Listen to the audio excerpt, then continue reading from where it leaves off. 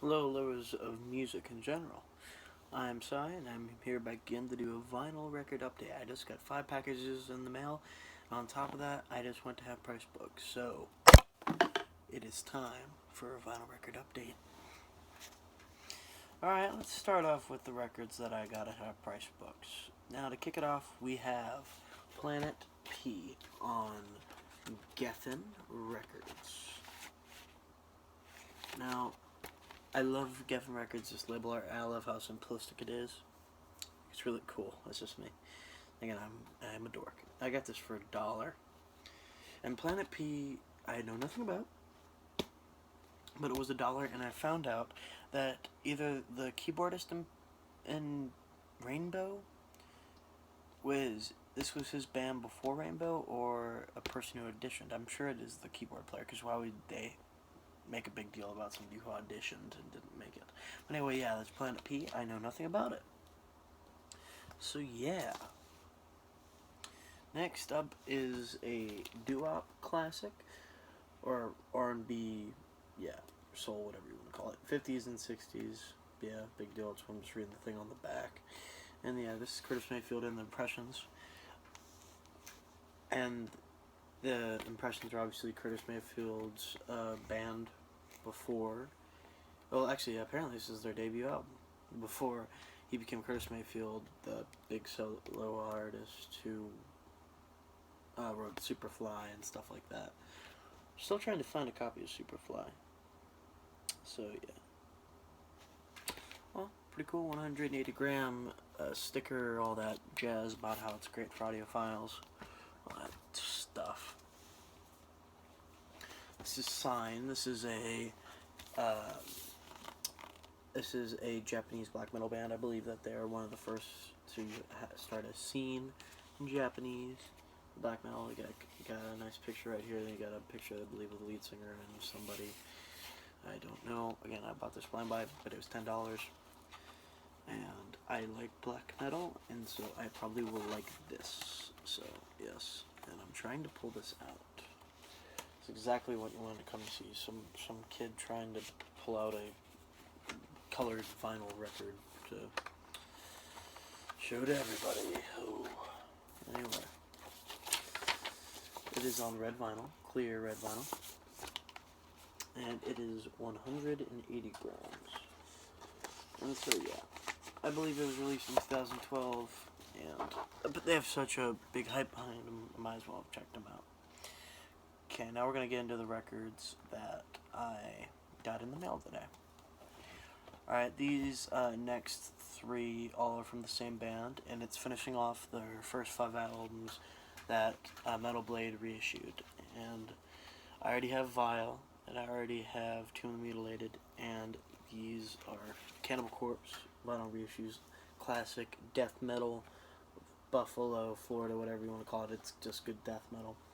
This is obviously the first album, Eaten Back to Life, and I like all these albums, but a big thing about it is that if you get all the posters and you can put them together, it makes a giant Cannibal Corpse logo, which is cool. So yeah, I really love it. I just love these albums. These albums really made me like death metal and give extreme metal a chance. Hammer Smash Face, obviously, but you know what? I went back. This is probably a thrashier album, but I still think it's great. Now, this one is probably probably the most valued one. I mean, it's all gonna knock you back like 20 in between 20 to 25. I mean, wait, let me reframe that. 15 to 25. It's good, big frame, but yeah.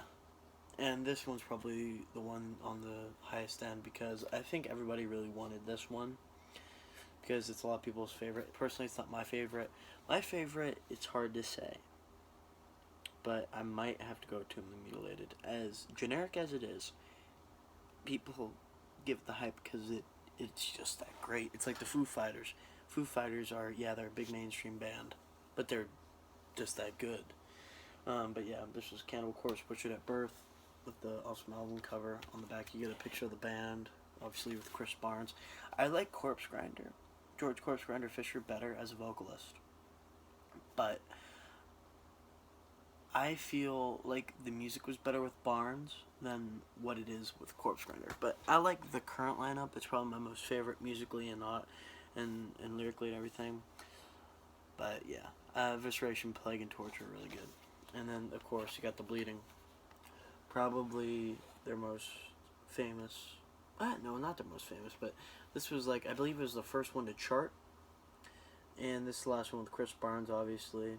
And it's got Stripped, Raped, and Strangled, which is probably the biggest hit off of that, if you want to call it a hit.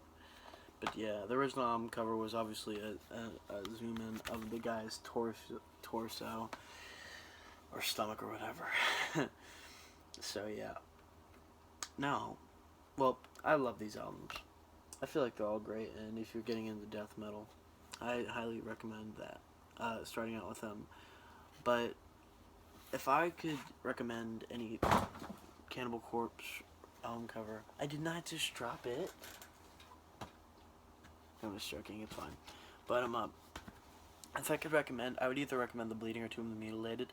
I would recommend the Bleeding, as it's obviously going to be because, well, I mean, not obviously. It's really because of the album cover, and as stupid as that might sound, if you want to get into death metal, then yeah, you're going to want.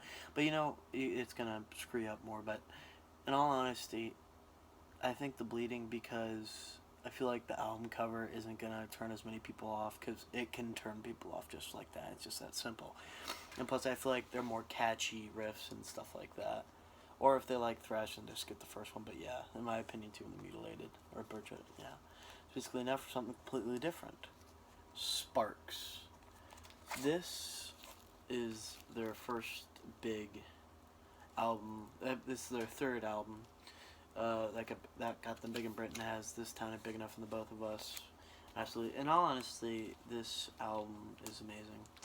Now, though, this was crappily packaged. Is packaged in this paper piece of crap.